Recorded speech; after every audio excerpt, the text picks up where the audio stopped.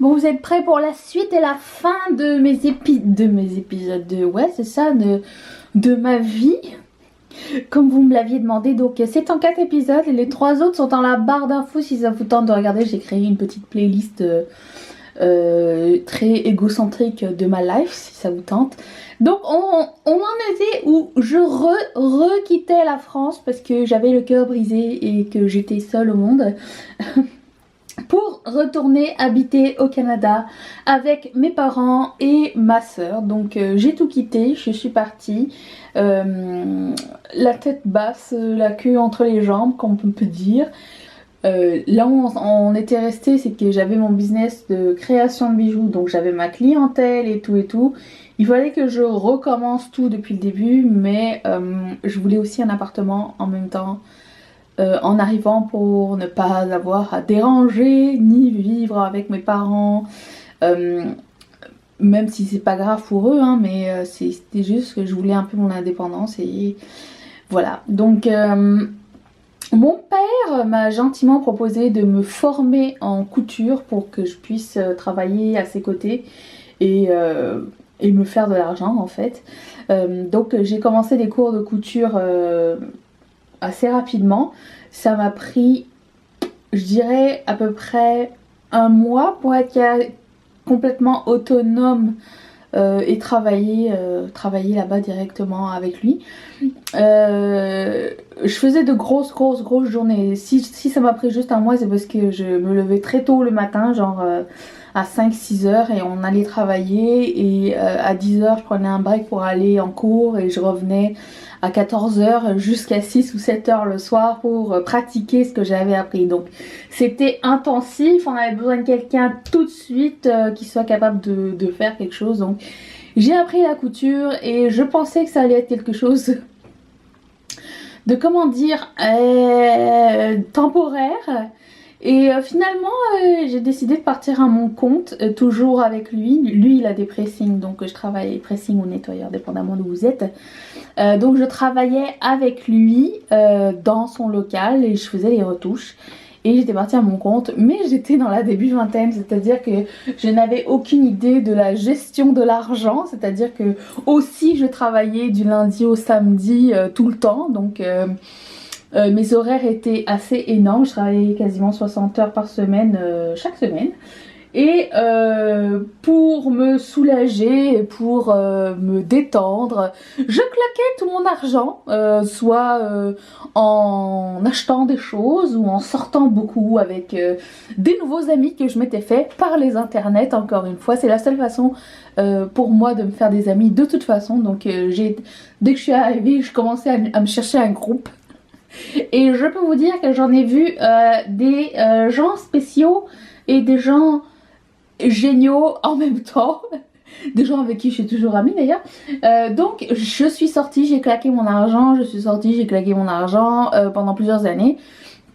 Et mais il y avait quand même cette petite fibre artistique en moi qui n'était pas comblée et j'avais besoin de faire des bijoux. Donc j'ai décidé de lever le pied et de faire un petit peu de bijoux à côté, de pas travailler à temps plein.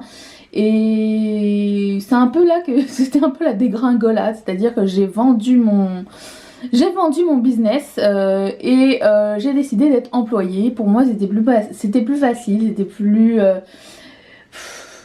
c'était moins chiant, voilà. Et puis ça, je faisais un peu de bijoux à côté, mais ça a vraiment jamais, carrément jamais ou quasiment jamais décollé.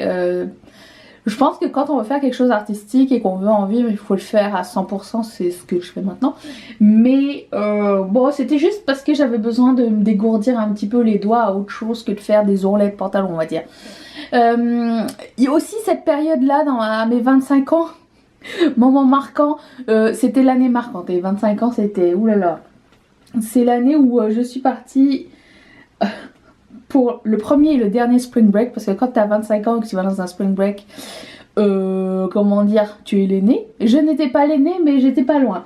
J'ai été en Floride et j'ai visité un peu la Louisiane aussi en même temps, et j'ai découvert un peu la vie américaine des adolescents sur la plage, tout ça. C'était une drôle d'expérience. Mais qu'est-ce qu'on a rigolé. Et d'ailleurs, ma copine Valérie, c'est là qu'on a commencé à être très très copines en fait. Et c'était en 2005, donc faites le calcul. Et ah oui, et après j'ai commencé un blog, donc là, vers 2007, je pense, 2007-2008. Je sais plus exactement, j'ai commencé un blog mode taille plus. Et depuis cette époque-là, je suis toujours dans les réseaux sociaux, dans la mode, dans la beauté, tout ça. En fait, tout ce qui a entraîné à ce que 10 ans plus tard, je sois sur YouTube. Ça a commencé à cette époque-ci. C'était vraiment en balbutiement des blogs mode. Hein. C'était, quand je regarde mes vieilles photos, je me dis, oulala, où je travaillais toujours avec mon père pour quelque chose qui devait être temporaire. Je vous le dis tout de suite, je suis restée 18 ans au même endroit. Mais après ça j'ai réussi à avoir un petit contrat de quelques mois dans un magazine assez connu au Canada et au Québec, donc en français et en anglais. J'avais une rubrique mode dans le Loulou magazine et je pense que c'est une de mes plus grandes fiertés. C'était quelque chose que je voulais faire et une fois que j'ai fini ce contrat, j'ai fermé mon blog parce que je pense que j'étais arrivée au bout des objectifs de ce que je voulais atteindre en fait. Bien plus tard, et toujours quelques amis internet et weirdo plus tard, je rencontre Mathieu sur MIRC. Alors si vous êtes assez vieux, vous savez ce qu'est MIRC. C'est un site pour chatter. Je sais pas si ça existe encore des sites pour juste bavarder avec des gens. À l'époque ça existait. Il n'y avait pas Tinder, tout ça. Et j'ai rencontré Mathieu, nous sommes restés... on avait discuté pas mal longtemps ensemble avant de se rencontrer. Et on n'était pas amoureux ni l'un de l'autre, ni l'un de l'autre. Qu'est-ce que je raconte? On n'était pas amoureux l'un de l'autre. Voilà. On était amis, on s'entendait bien, on faisait des blagues... Et du coup, on s'est dit tiens, si on sortait, on allait au Cinoche et tout. On a fait beaucoup de restos, des bars, des concerts et tout ça. C'était super sympa, mais on était toujours amis. Puis, je sais pas, ça s'est fait naturellement. À un moment donné, on avait fini de regarder les 20 films de James Bond. Quand tout à coup, voilà, on sortait ensemble. C'était ça, à peu près ça qui s'est passé. Et depuis, on est ensemble depuis cette année, ça va faire 10 ans. Ça va faire 10 ans le 20 avril. Puis 5 ans plus tard, on s'est mariés. Et professionnellement parlant, mon poste au travail, comment dire, n'existait plus. Donc j'ai dû réfléchir beaucoup à savoir est-ce que je continuais dans le nettoyage, est-ce que j'essayais quelque chose de nouveau ou est-ce que je me lançais dans un autre nouveau projet et puis j'essayais, si j'avais, histoire de pas avoir de regrets, j'aurais aimé créer ma chaîne YouTube et m'y investir 100% du temps et de créer une communauté positive, une communauté transparente et indépendante. C'était vraiment quelque chose que je voulais faire et quelque chose dont je trouve on manque beaucoup sur YouTube et j'avais envie donc de me lancer là-dedans. Mais si je m'investissais dans ce projet, je voulais comment dire, que ce soit bien fait, bien réfléchi et voilà. Donc après avoir bien réfléchi, donc j'ai décidé de pas prendre le poste que mon père m'offrait parce que je voulais pas non plus lui faire perdre du temps. Mais je voulais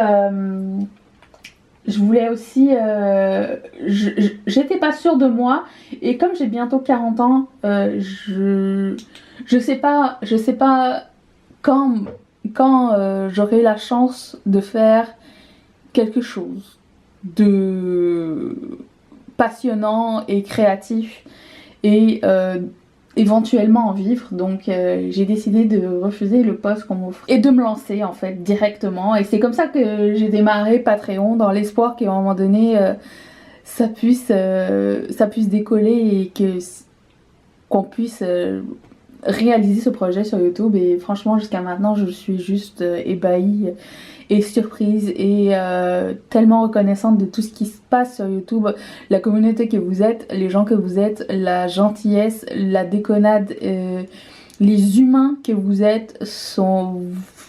Vous imaginez même pas comment ça dépasse tout ce que j'attendais. Donc merci. Et puis bah, c'est là qu'on est rendu. Entre temps on a adopté un petit chachou hein, que vous avez vu. Non, nous ne voulons pas d'enfants si quelqu'un se demande. Et voilà, nous sommes rendus ici. Le Drama Life est terminé. Nous sommes rendus à la fin, enfin. J'espère que ça vous a plu. Et si oui, mettez un thumbs up. C'est clair qu'on fera d'autres trucs. Si vous avez des questions, n'hésitez pas à les mettre en barre de commentaires. On va faire un Q&A ou quelque chose comme ça. Je répondrai à vos questions sans problème. Et si ce n'est pas encore fait, abonnez-vous.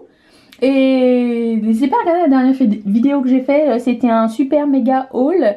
Et puis c'est ça, si vous voulez devenir marraine ou parrain de cette chaîne, vous pouvez aussi le faire à partir de 81 cents d'euros ou 1 dollar US par mois. Il y a un petit carré qui va vous dire comment faire et c'est super simple.